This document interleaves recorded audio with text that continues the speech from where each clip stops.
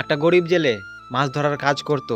দিন শেষে যখন সে বাড়ি ফিরত, সে দেখতে পেত একটা ধনী মানুষ গাড়ি নিয়ে বাড়ি ফিরছে, এবং তাকে দেখে সে মনে মনে ভাবতো যে তাদেরই হচ্ছে আসল জীবন।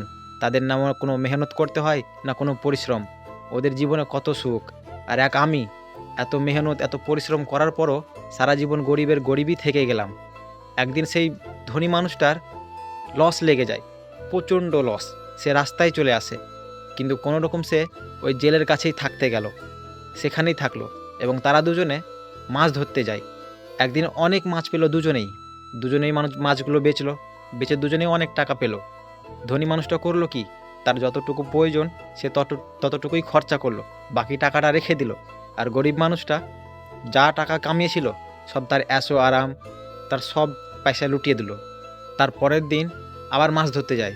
গরিব মানুষটা একলাই যায়, কিন্তু যে ধনী ছিল, যে টাকাটা বাঁচিয়ে রেখেছিল, সে টাকার মধ্যে আরও দুজনকে মানুষ রেখে দেয় মাছ ধরার জন্য। এইভাবে তারা আবার মাছ ধরে, আবার তারা মাছ পেল।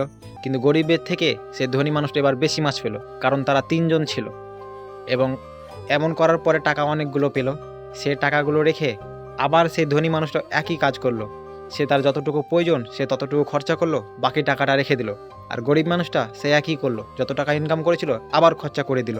যত টাকা সে বাঁচিয়ে রেখেছিল সে আবার ওই টাকা দিয়ে কিছুটা লোক রাখলো, এবং এমন করতে করতে সে একটা মাছের বিজনেস তৈরি করে দিল, এবং সে আগের মতন আবার ধনী হয়ে গেল। আসল কথা হলো এটা, তুমি যদি ধনী হতে চাও তো সর্বপ্রথম তোমার মানসিকতাকে চেঞ্জ করতে হবে। তুমি যদি ইনকাম ভালো করতে চাও তো তোমার ইনকামের পথ খুঁজতে হবে।